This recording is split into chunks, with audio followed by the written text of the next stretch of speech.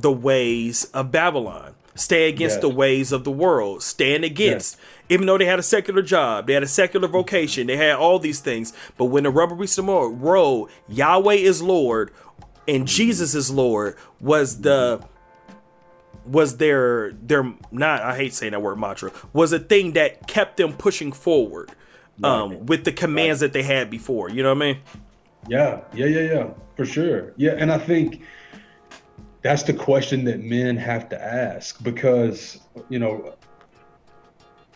frankly, we're living in a time, and from my perspective, it's only going to get more intense, where we're going to have to, for real, be asking that question, and we're going to have to, for real, give an answer to that. I think that we're not, and I posted this on my Instagram, being a Christian today, in terms of mainstream acceptance, is a negative. Yes. In terms of mainstream acceptance, I'm not saying it is a negative. I'm saying if you tell outright world, I am a Bible believing Christian, you will be called a bigot. If you're black, you'll be called a sellout. Yep. Okay. That's a thing. Yep. Yep. Yep. And you'll be called someone that's old school, old fashioned. And so it's a net negative at this point, yes, in terms of the mainstream. So the reality of the situation is that whether or not we get put into gas chambers or whether or not we get thrown in the fiery furnace, who knows? But we will at some point deal with persecution. The Bible speaks of it. All that shall live godly shall what? Suffer persecution.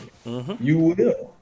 And this whole election season has really kind of exposed us because, and I'm going to say this, there are some guys on the, and I'm in this camp as well, so I can say this, but guys that are politically and theologically more right-leaning, more conservative. Me too. Perhaps. Yeah. Yeah, you know what I'm saying? Yeah.